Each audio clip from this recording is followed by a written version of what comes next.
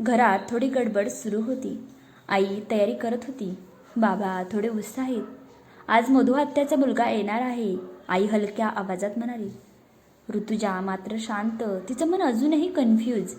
Bell वाजली. सगळ्यांचं लक्ष दरवाजाकडे. बाबा पुढे गेले. दरवाजा उघडला आणि दारात उभा होता विक्रम. उंच, सडपातळ, फॉर्मल शर्ट, हलकासा ब्लेझर. चेहऱ्यावर आत्मविश्वास आणि हलकसं स्मित. डोळ्यात एक वेगळीच खोली, जणू काही पाहिलंय, जगलाय. नमस्कार काका, तो नम्रपणे म्हणाला. बाबांच्या चेहऱ्यावर आनंद. अरे विक्रम, ए ए. तो आत आला. घरात एक वेगळीच एनर्जी आली. ऋतुजा दरवाजाच्या आतूनच बघत होती. क्षणभर तिचा श्वास थांबला. विक्रम, तिने मनात पुटपुटलं. तो तसाच होता, पण तरीही खूप बदललेला. जास्त मॅच्युअर, जास्त कॉन्फिडंट. त्याची नजर घरात फिरत होती आणि अचानक ती ऋतुजावर थांबली. दोघांचे डोळे भिडले. काही सेकंद कोणीच हललं नाही. विक्रमच्या चेहऱ्यावर हलकसं स्मित आलं. हाय ऋतुजा. तिच्या ओठांवर शब्दच आले नाहीत. हाय, कसं बसं ती म्हणाली. आईने असं सांगितलं. अरे बघ, किती दिवसांनी भेटताय तुम्ही दोघं. विक्रम हलकसं हसला. हो, खूप वर्षांनी. पण त्याच्या नजरेत काहीतरी वेगळंच होतं, जणू तो अजूनही तिला तसंच पाहत होता. तू खूप बदलली आहेस, तो हळू आवाजात म्हणाला. ऋतुजा काही बोलली नाही, पण तिचं हृदय पुन्हा जोरात धडधडायला लागलं. कारण भूतकाळ परत तिच्यासमोर उभा होता आणि त्याच वेळी तिच्या मनात अभि. हॉलमध्ये सगळे बसले होते. आई चहा घेऊन आली. बाबा, मधू आत्या आणि विक्रम. हलकी गप्पा सुरू झाल्या. काय मग विक्रम, जर्मनी कसं होतं, बाबा विचारतात. विक्रम हलकसं हसला. खूप काही शिकायला मिळालं काका. पण आपलं घर, आपली माणसं, त्याची जागा कुठेच नाही. आई आनंदाने मान हलवते. ऋतुजा बाजूला शांत बसलेली. कधी नजर विक्रमकडे, कधी खाली. आणि आता कायमच भारतात राहायचं ठरवलंय का, आई विचारते. हो, विक्रम शांतपणे म्हणतो. आता इथे सेटल व्हायचं ठरवलंय. हे ऐकताच ऋतुजाचं मन हलकसं हललं. मधू आत्या हसत म्हणाली. आणि आता पुढचं सगळं तुमच्या हातात आहे. सगळ्यांच्या नजरा अचानक ऋतुजा आणि विक्रमकडे. ऋतुजा थोडी गोंधळली. बाबा थोडं हसत म्हणाले. मग पुढचं बघायचं का, आईने हळूच विचारलं. तुम्हाला काय वाटतं. विक्रमने एक क्षण ऋतुजाकडे पाहिलं. मला काही हरकत नाही, तो शांतपणे म्हणाला. ऋतुजाचं हृदय पुन्हा धडधडलं. ऋतुजा, आईने विचारलं. ती काही क्षण गप्प. डोक्यात सगळा गोंधळ. विक्रम, अभि, आई, बाबा. ती हलकसं मान हलवते. जसं तुम्हाला योग्य वाटेल तसं. हे ऐकून बाबांच्या चेहऱ्यावर समाधान. मग ठरलं, एंगेजमेंट लवकरच करूया, मधू आत्या आनंदाने म्हणाली. घरात आनंदाचं वातावरण, हसणं, बोलणं. पण त्या सगळ्यात ऋतुजाचं मन मात्र शांत नव्हतं. विक्रम तिच्याकडे बघत होता, जणू काही तो तिच्या मनातलं वाचण्याचा प्रयत्न करत होता. आणि ऋतुजा नजरा टाळत होती. कारण तिचं हो हे मनापासून नव्हतं. गप्पा सुरू झाल्या होत्या. घरात हलकं हसू, वातावरण मोकळं. आई म्हणाली. ऋतुजा, तू पण सांग ना, काय चाललंय तुझं, ऑफिस वगैरे. सगळ्यांच्या नजरा तिच्याकडे वळाल्या. ऋतुजा थोडी सावरत बोलायला लागली. मी पुण्यातच काम करते, एक प्रोजेक्ट कंपनीमध्ये. विक्रम लक्ष देऊन ऐकत होता.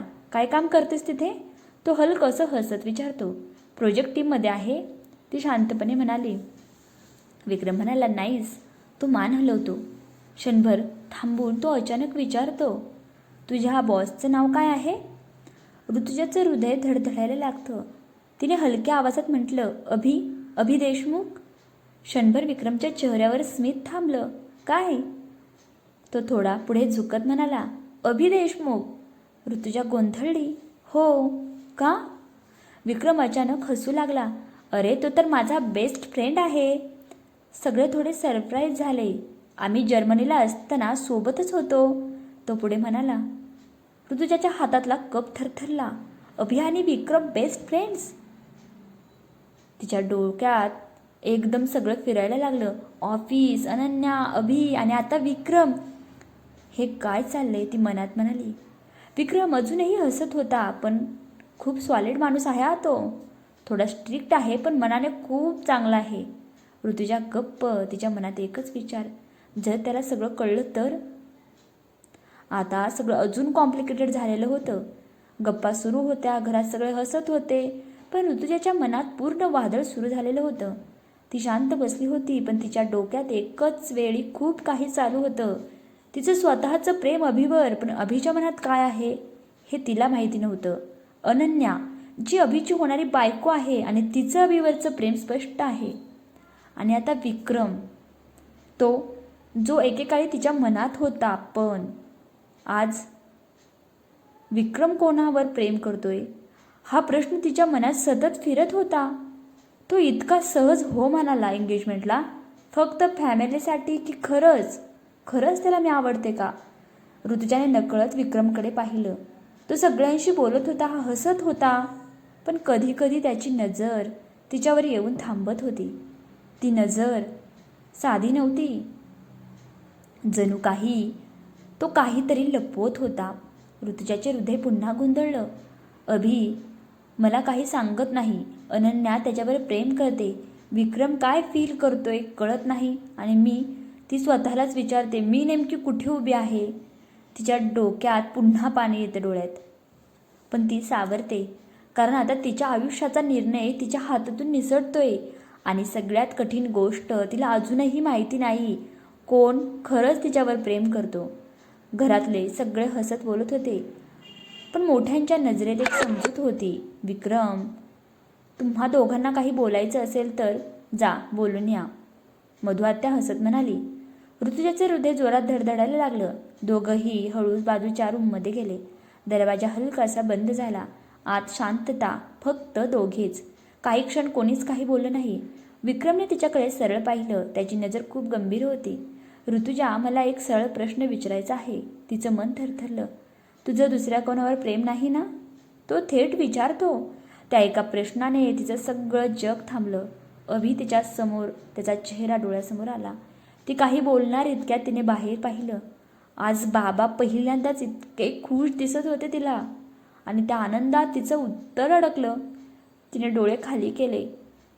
आवाज हलका, पण मन तुटलेलं. नाही विक्रम, नाही. ते एका खोट्या उत्तराने तिचं स्वतःचं मन मोडलं. विक्रमच्या चेहऱ्यावर हलकंसं समाधान आलं. ती हळू आवाजात विचारते, तुला दुसरी कोणी आवडते का?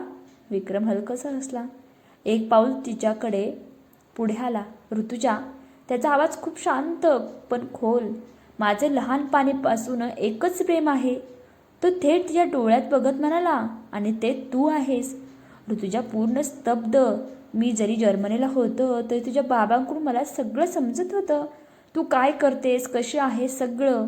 मी फक्त तुझ्या कॉन्टॅक्टमध्ये नव्हतो, कारण मला स्वतःच्या लायक काहीतरी बनायचं होतं. तो हलकंसं हसला. बस एवढंच कारण होतं. मी तुला कधीच विसरलो नाही. ऋतुजाच्या डोळ्यात अश्रू जमा झाले. आणि मग तो शेवटचा धक्का. आणि मला माहिती आहे तुझंही फक्त माझ्यावर प्रेम आहे. ते शब्दांनी तिचं हृदय अक्षरशः तुटलं, कारण सत्य काही वेगळंच होतं. ती गप्प उभी, डोळ्यात पाणी, ओठांवर शब्द नाहीत. पुढच्या एपिसोडमध्ये ऋतुजा सत्य सांगेल का विक्रमला, की ती स्वतःला पूर्णपणे हरवणार? आणि अभिला कळल्यावर तो काय करणार? कमेंट करा. ऋतुजाने खोटं बोलून बरोबर केलं का? व्हिडिओला लाईक करायचे, चॅनलला सबस्क्राईब केलं नसेल तर नक्की सबस्क्राईब करा. भेटूया आपण पुढच्या एपिसोडमध्ये. तोपर्यंत सर्वांना बाय बाय, टेक केअर. हा व्हिडिओ कसा वाटला कमेंट करून मला नक्की सांगायचं आहे सर्वांनी.